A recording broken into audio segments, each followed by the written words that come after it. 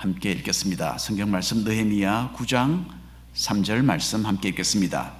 이날에 낮 4분의 1은 그 제자리에 서서 그들의 하나님 여호와의 율법책을 낭독하고 낮 4분의 1은 죄를 자복하며 그들의 하나님 여호와께 경배하는데. 아멘.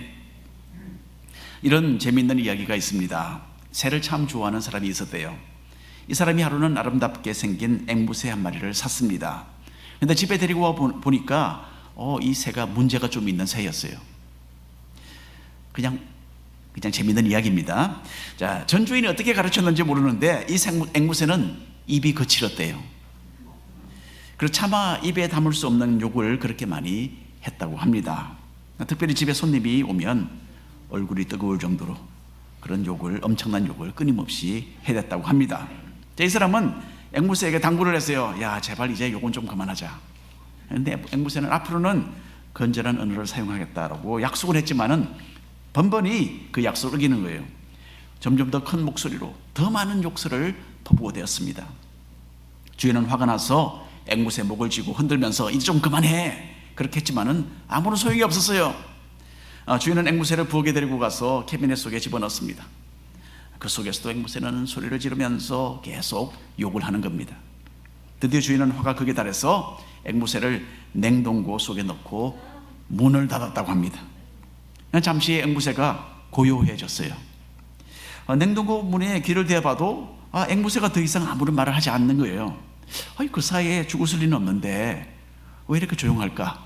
주인이 염려가 되어서 살며시 문을 열어보았다고 합니다. 앵무새는 냉동고 문이 열리자 그 속에서 주인을 물끄러미 쳐다보았대요. 그리고는 나와서 머리를 숙이고 주인의 어깨 위에 탁 올라타더니 이제부터는 욕을 하지 않겠습니다.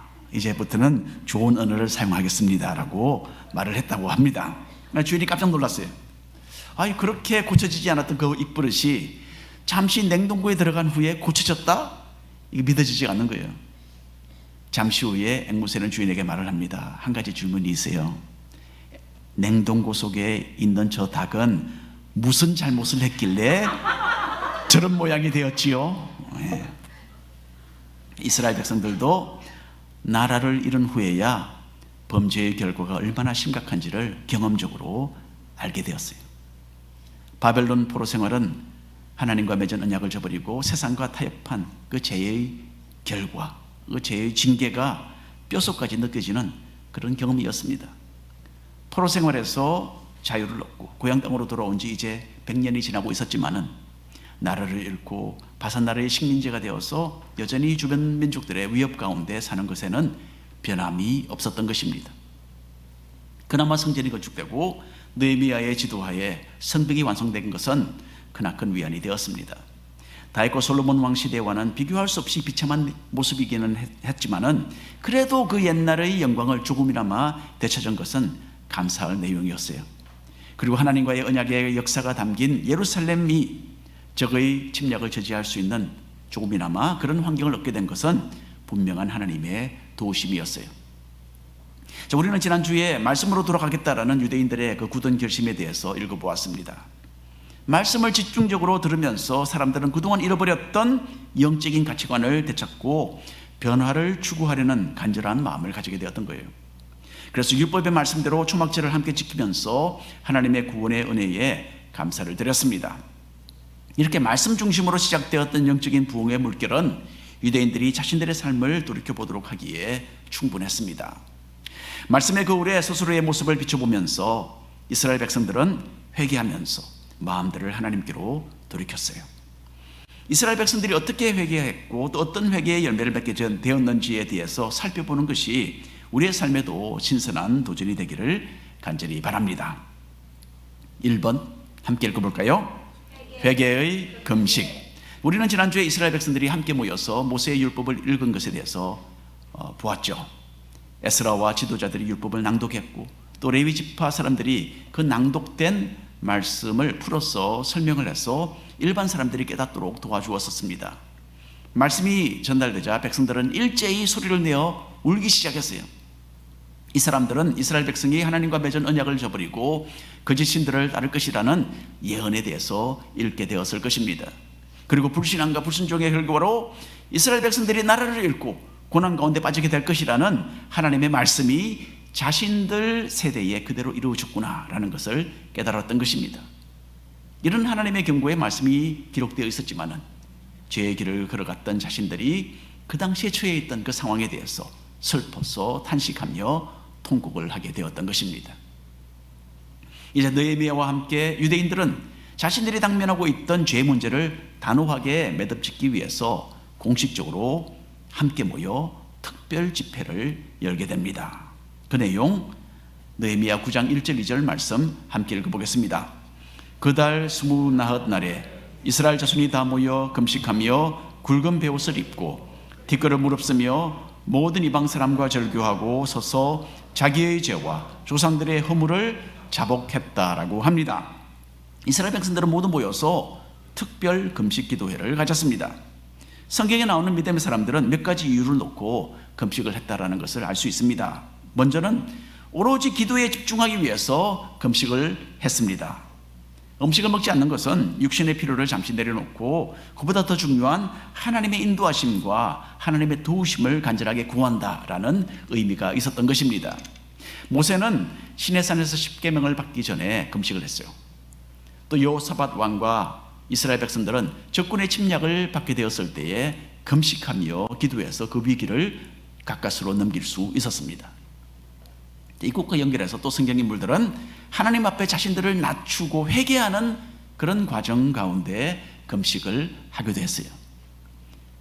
사무엘 선지자의 가르침을 받고 이스라엘은 이방신들을 섬기던 것을 회개하면서 금식하며 하나님께로 돌아왔습니다. 그리고 여러분들이 잘 알고 있는 니느웨 성에 살던 사람들은 선지자 요나의 외치는 소리를 듣고 왕을 위시해서 모든 백성들이 금식하며 죄의 길에서 회개했습니다. 하나님께서는 이 이방 나라 백성들이 금식하며 회개하는 것을 보시고 내리시려던 심판을 거두기까지 하셨어요.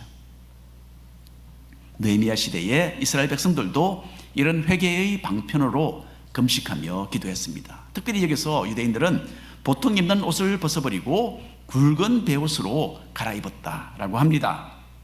자, 한국 성경에 굵은 베옷으로 번역된 이 옷은 실제로 베옷은 아니었어요.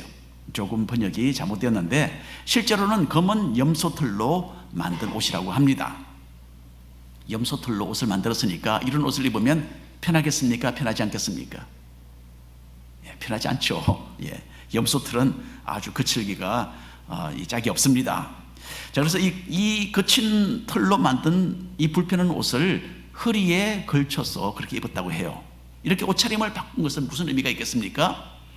우리는 이제 우리의 모든 의복을 갈아입고 죄에서 돌이키겠다, 우리의 삶을 바꾸겠다라는 그런 확고한 결심을 의미했던 것입니다. 또 이스라엘 백성들은 티끌을 무릅쓰면서 금식했다라고 해요. 저는 옛날 어릴 때 한국 시골에서 어떤 여자분이 원통한 일을 당해서 땅바닥에 주저앉아서 통곡을 하는 것을 봤어요. 어린 기억에 그게 딱 머릿속에 인식이 되었습니다.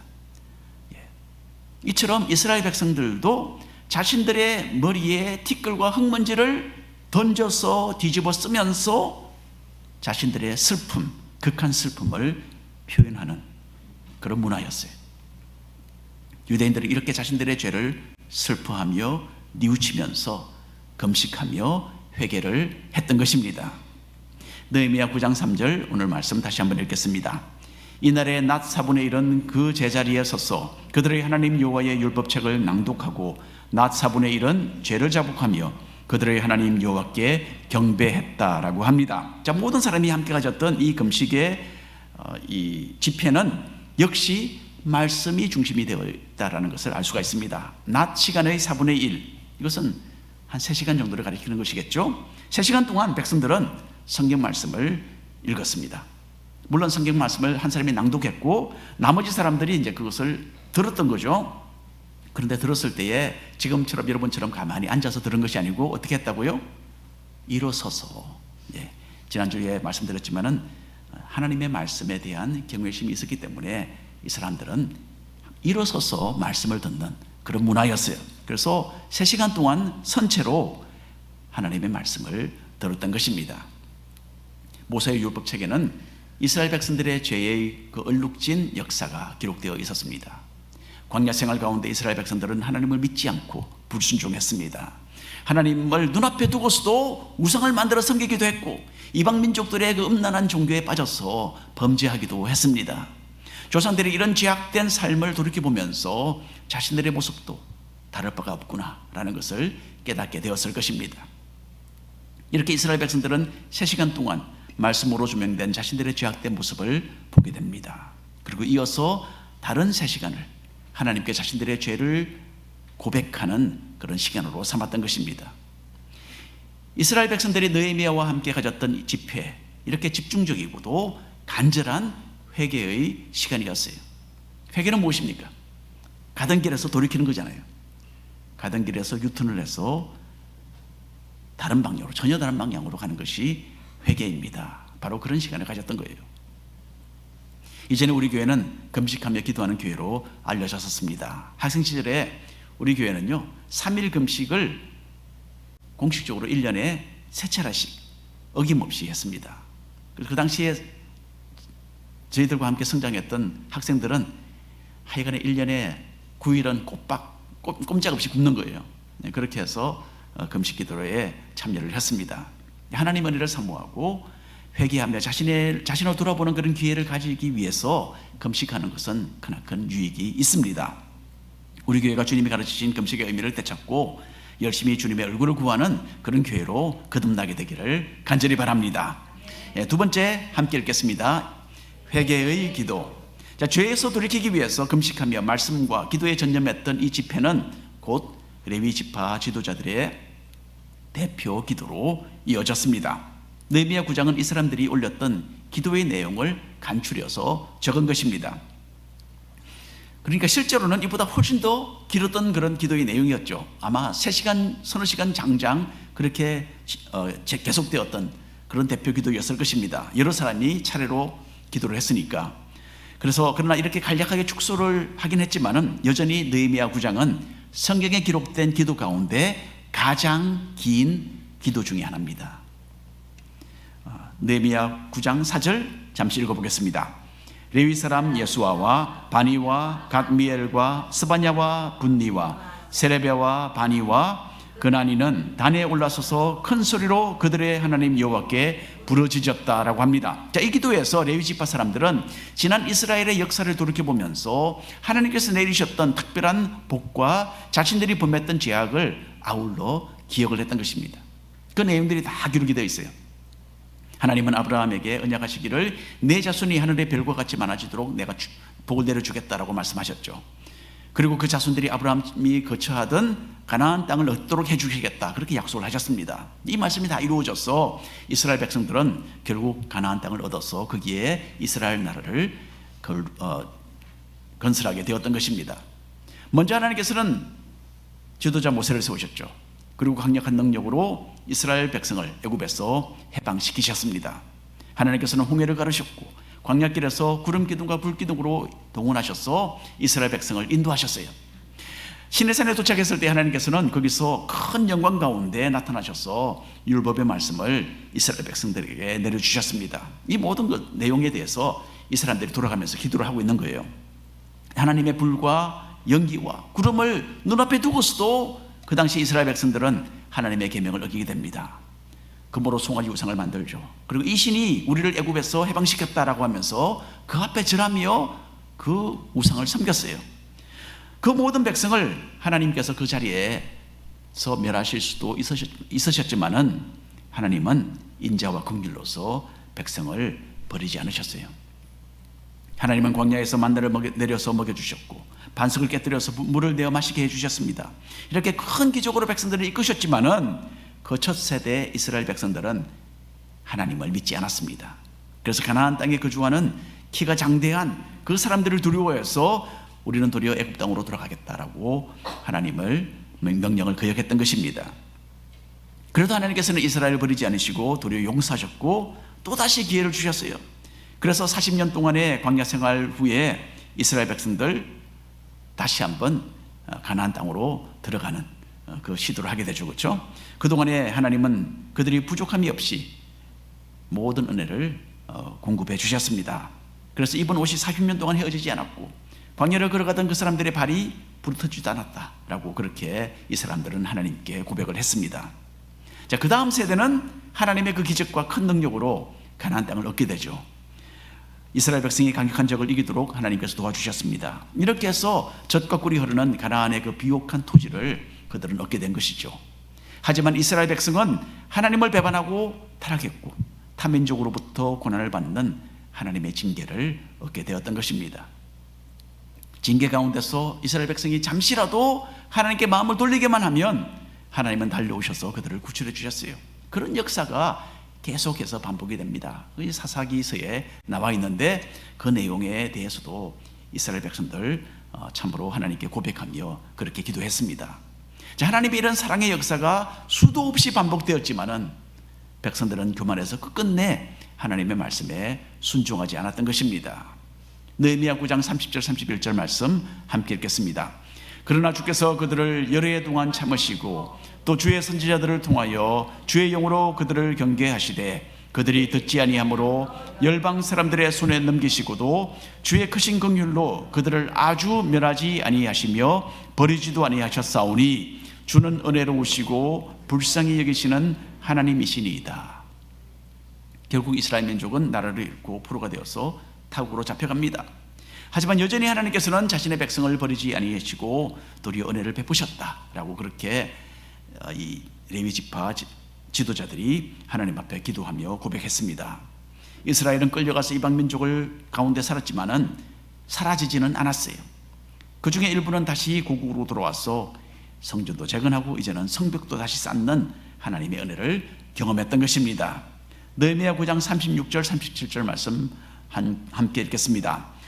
우리가 오늘날 종이 되었는데 곧 주께서 우리 조상들에게 주사 그것의 열매를 먹고 그것의 아름다운 소산을 누리게 하신 땅에서 우리가 종이 되었나이다. 우리의 죄로 말미암아 주께서 우리 위에 세우신 이방 왕들이 이 땅의 많은 소산을 얻고 그들이 우리의 몸과 가축을 임의로 관할하오니 우리의 곤란이 심합니다 라고 그렇게 기도합니다. 비록 본국에 돌아오긴 했지만은 여전히 이스라엘은 바사 왕국의 통치 아래에 있었습니다. 그래서 하나님께서 조상들에게 주신 그 가나안 땅에서 자기들의 땅에서 오히려 이방 나라의 종이 되어서 지금 살고 있습니다 라고 고백을 했던 것입니다. 죄 때문에 하나님은 이방 나라에게 이스라엘 백성을 넘겨주셨어요. 그리고 이방의 왕이 이스라엘 백성을 주관하고 세금을 징수하고 물자를 착취해가는 그런 슬픈 상황에 놓여 있었던 것입니다. 그래서 백성들은 금식하면서 이 모든 것이 자신들과 자신들의 조상의 죄 때문이다라고 깊이 탄식하며 하나님께 회개를 했던 것입니다. 이렇게 레위 지파 지도자들이 했던 대표 기도에서 우리는 참 여러 가지 신앙적인 교훈을 얻을 수 있습니다. 먼저 지난 일들을 기억해 보는 것, 이것은 우리의 신앙에 크나큰 도움이 되는 거죠. 잘못을 뉘우치는 기회를 그 가운데 얻게 되고 또 잘못된 것을 되풀이하지 않겠다라는 그런 다짐을 하는 계기가 되는 것입니다. 어떻게 하면 우리가 더 성숙한 신앙의 소유자들이 되어서 하나님을 기쁘시게 할 것인가, 여기에 대한 묵상을 하게 되는 것입니다. 그래서 우리는 지난 일들을 기억해 보는 것 굉장히 중요합니다. 그 다음에 또 우리가 얻을 수 있는 교훈은 하나님의 인내하심에 대한 진리입니다. 우리는 계속되는 교만과 고집과 불순종에 사로잡혀 있지만은 그럼에도 불구하고 하나님은 우리를 기다려 주시는 거예요.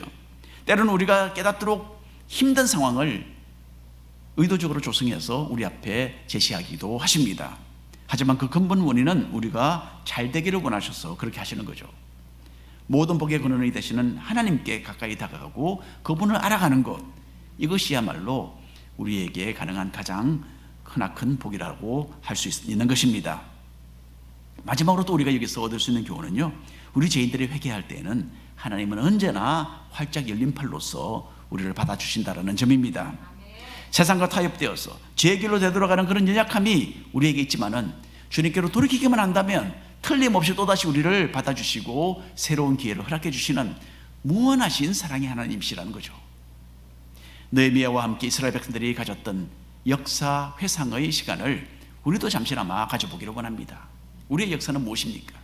하나님께서는 자신의 외아들 예수 그리스도를 보내셔서 우리 모두를 구원해 주셨습니다. 성령으로 우리를 채워주시고 우리를 죄에서 씻어서 정결하게 해주셨어요.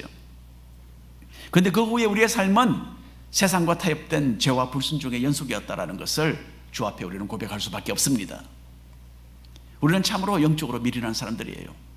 가장 행복한 하늘나라 백성이 되었음에도 불구하고 이 세상이 좋아서 뒤돌아보는 어리석음이 우리 모두에게 있는 것입니다. 이런 불충함에도 불구하고 하나님은 여전히 우리를 버리지 아니하시고 기다려 주십니다. 오늘도 변함없이 이렇게 크신 긍휼로 우리를 권면하시고 의의 길로 이끄시는 하나님이신 것입니다. 이제는 느헤미야 시대의 이스라엘 백성들과 함께 불순종의 삶을 청산하고 온 마음으로 하나님께 돌아가는 그런 사람들이 되시기를 바랍니다.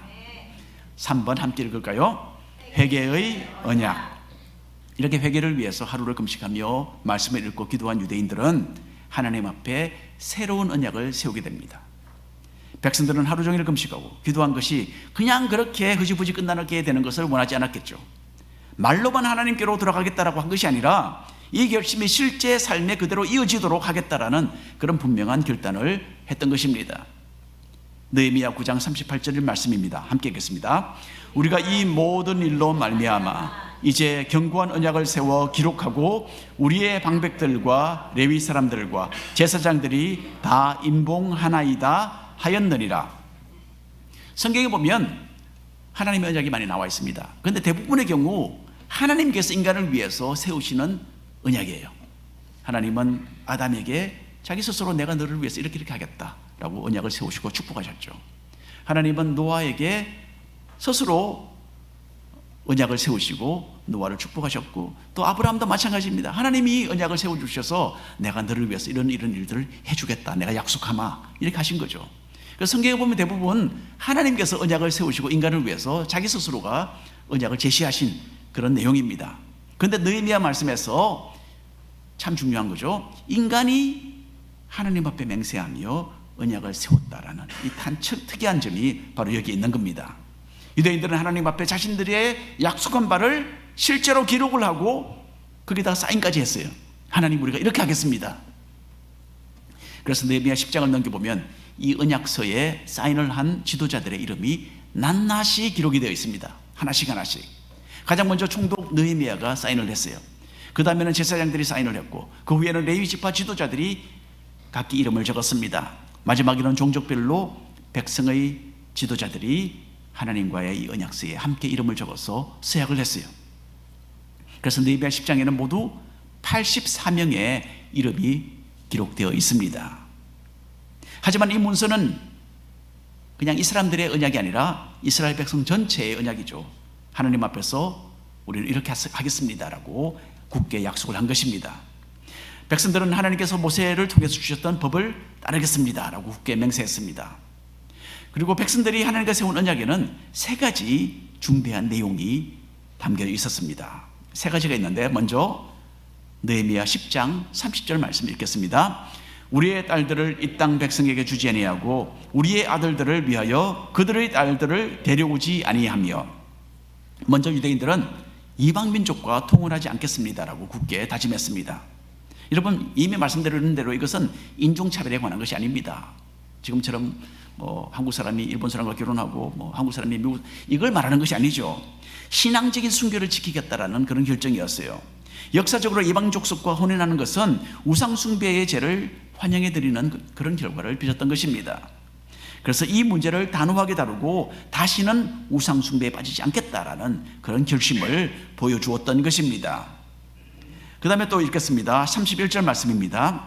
혹시 이 땅 백성이 안식일에 물품이나 온갖 곡물을 가져다가 팔려고 할지라도 우리가 안식일이나 성일에는 그들에게서 사지 않겠고 일곱째 해마다 땅을 쉬게 하고 모든 빚을 탕감하리라 하였고, 둘째로 유대인들은 안식일을 거룩하게 지키겠다라는 이 약속을 하나님 앞에 했습니다.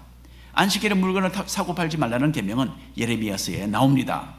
자, 하나님께서는 이 안식일을 거룩하게 지키라고 했는데, 특별히 안식일에 물건을 사지 않는다는 것은 그 당시의 그 경제적인 상황으로는 이것도 대단한 결정이었어요.